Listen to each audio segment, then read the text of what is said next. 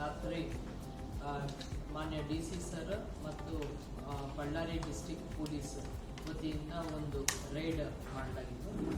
Malaprabha projects ಕಟ್ಟಡ 3ನೇ ಮಾಡಿಯಲ್ಲಿ ಒಂದು ಇಲ್ಲೀಗಲ್ ಏನು ಕಾರ್ಡ್ಸ್ ಆಡುವಂಥದ್ದು ಏನಿದೆ, ಇಲ್ಲೀಗಲ್ ಗ್ಯಾಮ್ಲಿಂಗ್ ಮಾಡುವಂಥದ್ದು ಕಂಡು ಬಂದಿತ್ತು.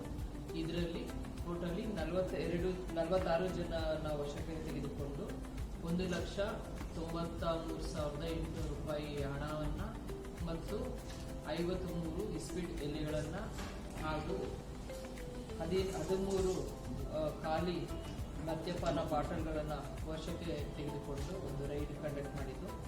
ಇದಕ್ಕೆ ಸಂಬಂಧಪಟ್ಟಂತೆ ಮೊಕದ್ದಮೆ ನಂಬರ್ 418/25 ಕಲಂ 79 ATK ಮತ್ತು 15A 32/2 KE ಆಕ್ಟ್ ನಲ್ಲಿ ಪ್ರಕರಣವನ್ನು ದಾಖಲು ಮಾಡಿಕೊಂಡು ತನಿಖೆಯನ್ನು ಮುಂದುವರಿಸಿದ್ದಾರೆ. ಯಾವ ಸ್ಟೇಷನ್ ಮೇಡಮ್?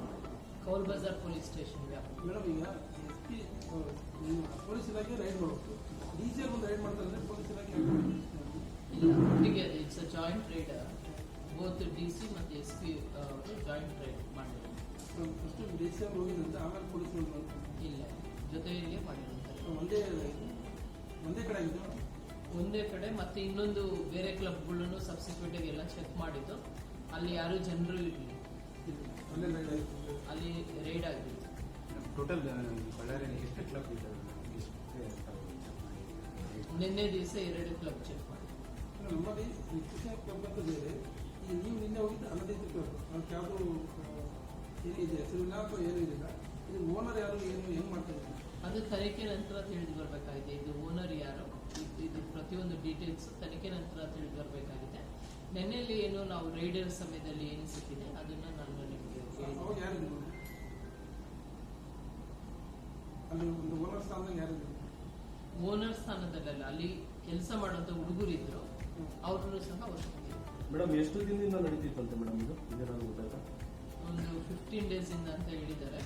ಡೀಟೈಲ್ ಏನು ಇನ್ವೆಸ್ಟಿಗೇಷನ್ ಗೊತ್ತಾಗ 15 days ಇಂದ ಗೊತ್ತಾಗದೇ ಇರೋದು ಡಿಪಾರ್ಟ್ಮೆಂಟ್ಗೆ ಗೊತ್ತಾಗದೇ ಇರೋದು ಯಾಕೆ ಈಗ ಇಲ್ಲ, ಅದು ಮಾಹಿತಿ ತೆಗೆದುಬಿಟ್ಟು ಮಾಡಬೇಕಲ್ಲ. ಸೊ ಡೀಟೇಲ್ ನಾನು ನಿಮಗೆ ತಿಳಿಸ್ತೀನಿ. ಇವತ್ತು ಇನ್ನು ಇನಿಷಿಯಲ್ ಸ್ಟೇಜ್ ಆಫ್ ಇನ್ವೆಸ್ಟಿಗೇಷನ್, ನಿನ್ನೆ ಲೇಟ್ ಆಗಿದೆ, ನಿನ್ನೆ ನೈಟ್.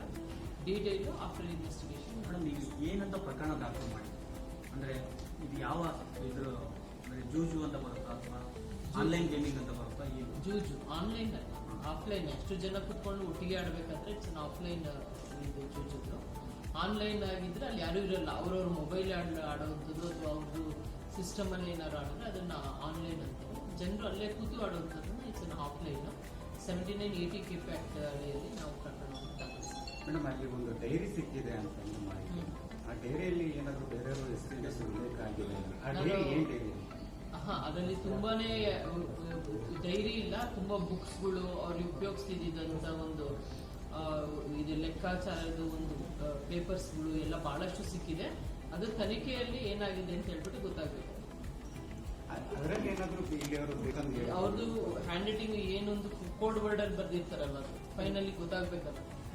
ನಾನು ತನಿಖೆ ನಂತರ ನಾನು ತಿಳಿಸ್ತೀನಿ. ಸ್ನೂಕರ್ ಇತ್ತು, ಅಂದರ್ ಬಾರ್, ಬೇರೆ ಬೇರೆ ಸ್ನೂಕರು ಇತ್ತು. ಅದರಲ್ಲಿ ಸ್ನೂಕರ್ ಟೇಬಲ್ ಇತ್ತು. ಸೊ ಏನಿದೆ ಇದು ಡಾಕ್ಯುಮೆಂಟ್ಸ್ ಏನಿದೆ ಮತ್ತೆ ಎಷ್ಟು ದಿವಸದಿಂದ ನಡೀತಿತ್ತು ಮತ್ತೆ ಇದರಲ್ಲಿ ಯಾರು ಇನ್ವಾಲ್ವ್ ಇಲ್ಲ, ತನಿಖೆ ನಂತರ ತಿಳಿಬೇಕಾಗುತ್ತೆ. ಈಗ ಬಳ್ಳಾರಿಯಲ್ಲಿ ಬಹಳ ಕ್ಲಬ್ ಇದೆ ಅಂತ ಹೇಳ್ತೀವಿ. ಇಲ್ಲಿ ಯಾವ್ದು ಹೇಳಿ? ಅಲ್ಲ, ಈಗ ತಿಪ್ಪಯ್ಯ ಕ್ಲಬ್ ಅಂತ ಹೇಳ್ತಾರೆ, ತಿಪ್ಪಯ್ಯ ಕ್ಲಬ್ ಅಂತ ಹೇಳ್ತಾರೆ. ವಿಸಿಟ್ ಮಾಡಿದ್ದು ನಿನ್ನೆ ಅದನ್ನು ನೋಡಿದ್ದು. ಅಲ್ಲಿ ಜನರು ಯಾರು ಇರಲಿಲ್ಲ. ಅದರಲ್ಲಿ ಅನ್ಆಥರೈಸ್ಡ್ ಸ್ವಲ್ಪ ಅಮೌಂಟ್ ಸಿಕ್ಕಿದ್ದು. ಅದರಲ್ಲಿ 98 KP ಆಕ್ಟ್ ಅಲ್ಲಿ ಅದನ್ನು ಪ್ರಕರಣ ದಾಖಲಿಸಿದೆ. ಅವ್ರ ಮೇಲೂ ಕೇಸ್ ಹಾಕಿದ್ರು ತಿಪ್ಪಾಯಿ ಕ್ಲಬ್. ಹೌದು.